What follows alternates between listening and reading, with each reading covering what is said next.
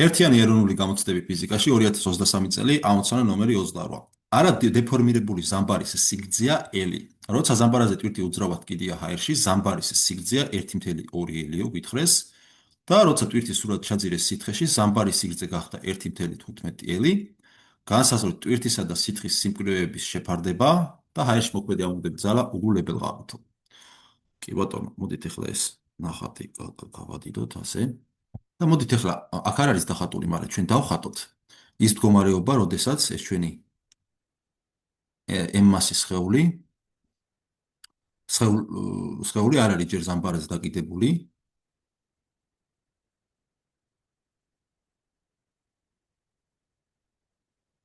და დაკიდებამდე გვითხრეს ამ ზამბარის სიგრძე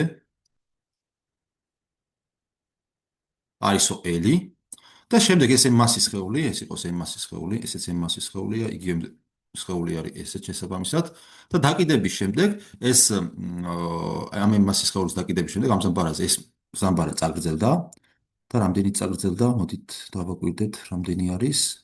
ხო, და წაგრძელდა, როგორც ხედავთ, L იყო, გახდა 1.5 L, ამ შესაბამისად აი ეს წაგრძელება, აქაც აქვს, ის იქნება, მოდით ამას დავარქვათ x1, ეს არის x1 უდრის L იყო 1.2 L გახდა, ესე იგი ეს არის 0.2 L.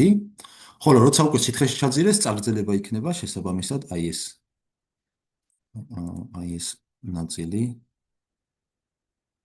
აი ეს წაგრძელება უკვე იქნება შესაბამისად x2 დავნიშნოთ, x2 იქნება 0.15 L. ან ჩავწეროთ მოცემულობა, ესე იგი, მოცემული გვაქვს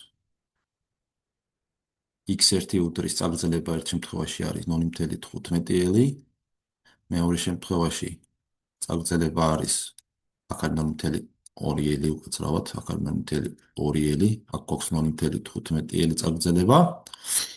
კიდე რა ვიცი, ზამბარის სიგრძე ვიცით L, კიდე ვიცით წყლის სიმკვრივე ρ0 და ასევე ვიცით სხეულის სიმკვრივე ρ.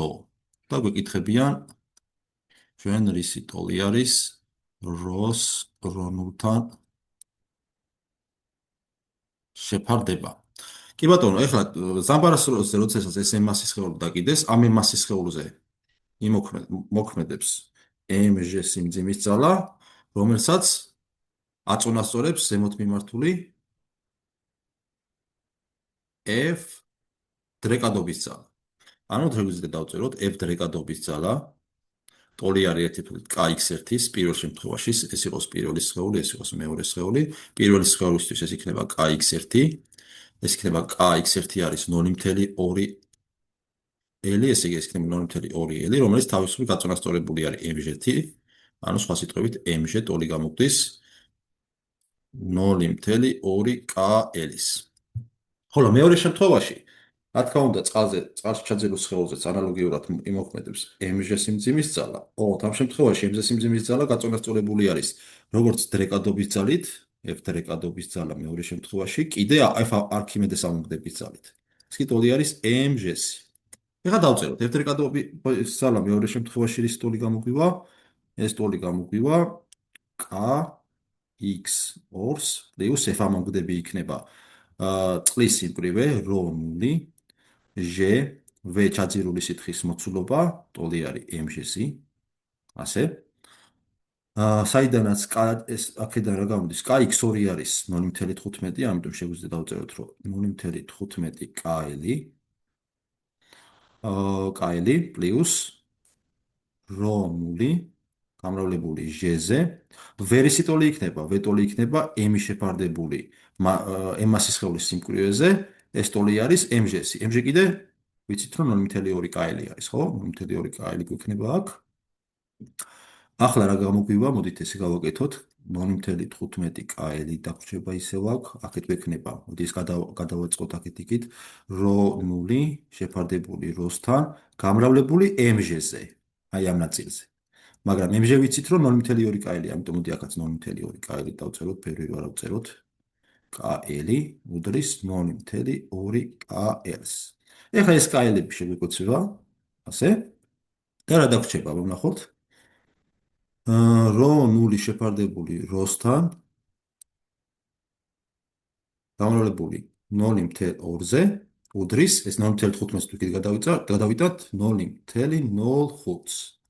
საიდანაც რho-ნულის შეფარდება რho-სთან ტოლი გამოგვივა 0.05 გაყოფილი 0.2-ზე, ეს ტოლი იქნება ნიშნულსაც და მრიცხველსაც თუ 100-ზე გავამრავლებთ, ზემოთ დაგვრჩება 5, ქვემოთ დაგვრჩება 200, არა, 20, მოძრავად 20, საიდანაც ეს ტოლი არის 1/4-ის და რho-ნულის შეფარდება რho-სთან თუ 1/4 არის, აქედან რho-ს შეფარდება რho-ნულთან ტოლი გამოგვივა 4-ის. ანუ საბოლოოდ რო დავწეროთ, რho-ს ფარდობა რho-ნულთან ტოლი ყოფილა 4-ის. ეს კი არის პასუხი G.